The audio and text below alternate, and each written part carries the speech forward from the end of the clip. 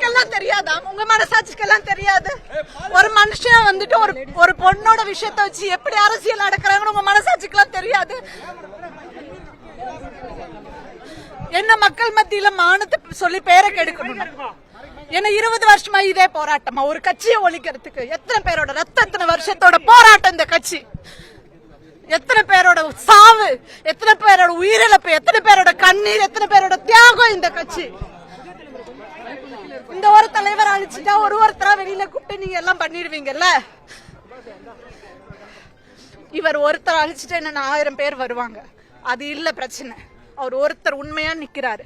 இன்னொரு உண்மையான தலைவனை தேடி பிடிக்கிறதுக்கு எவ்வளவு நாள் ஆகும்னு எங்களுக்கு தெரியல. புரியுதா? அதுக்காக தான் நாங்க இங்க இவ்வளவு போராடிட்டு இருக்கோம்.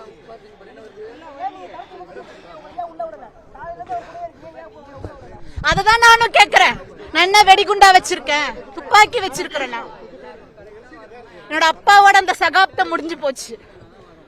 நல்ல முடிவுல தானே, நல்ல எண்ணத்துல தானே மக்களுக்காக இறங்கி நிக்கிறோம். ஏன் இந்த மக்களுக்கு கண்ணு தெரியலையா யாரு உண்மையா போராடுறாங்கன்னு, யார் மக்கள் பிரச்சனை பேசுறாங்கன்னு கண்ணுக்கு தெரியல?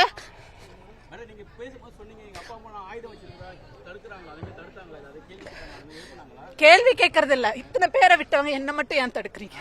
அப்ப என்ன, பள்ளிக்கூடத்திலயும் இதே தடுப்பு, நான் வளர்ந்து வர ஒவ்வொரு இடத்துலயும் இதே தடுப்பு, இன்னைக்கு அரசியலையும் இதே தடுப்பு. ஆனாலும் நான் நிக்க மாட்டேன். ஏன்னா நான் பாதிக்கப்பட்டிருக்கேன். மக்களுக்காக நின்றே தீர்வேன் இந்த உயிர் உடம்புல இருக்கிற வரைக்கும். அந்த நம்பிக்கை எனக்கு அவர் இதுக்கு அசர்ற ஆளெல்லாம் கிடையாது. ஆனா ஒரு கொள்கையை நோக்கி போயிட்டு இருக்கும் போது இத்தனை பேரையும் மன உளைச்சல் படுத்தி நேரம் வேஸ்ட், இவங்களோட சம்பளம் எல்லாம் வேஸ்ட், இவங்களோட உழைப்பெல்லாம் வேஸ்ட், இன்னைக்கு மக்களோட நேரம் எல்லாம் வேஸ்ட். டிவி முன்னாடி இதே தான் பாத்துட்டு இருப்பாங்க. என்ன நாடு எங்க போயிட்டு இருக்கு? ஒருத்தருக்கு திராணி இருக்குதா? திரும்பி இத்தனை டாஸ்மாக் கடை வச்சிட்டு இருக்கிறீங்களே, எடுங்கன்னு சொல்றதுக்கு ஒருத்தருக்கு திராணி இல்ல. அது மட்டும் என்னது, இத்தனை கற்பழிப்பு நடக்குது, இத்தனை ஸ்கூல் குழந்தைங்க இவ்வளோ லைஃப் கெடுது, கண்ணு முன்னாடியே கெடுது. ஒருத்தர் கூட அறிவு இல்ல. எங்க அப்பா இருந்தா ரொம்ப வெசனப்பட்டிருப்பார், வேதனைப்பட்டிருப்பார். அப்பவே சொல்லிட்டாரு, தமிழன் தான் சினிமாக்காரனை பார்த்து ஓட்டு போடுறான்னு ஒரு வார்த்தையை. இன்னைக்கு பார்த்துருந்தாரு என்ன மனசு நொந்திருப்பாருன்னு எனக்கு தெரியல. அவர் வேணா ஆயுதத்தை தூக்கி கோபத்துக்கு அடிமையா இருக்கலாம். ஆனா மக்களுக்கு உண்மையா தான் நின்னாரு, மக்களுக்கு நேர்மையா தான் நின்னாரு, மக்களை காப்பாத்தி தான் நின்னாரு. எந்த மனுஷனும் பிழை இல்லாத மனுஷன் கிடையாது.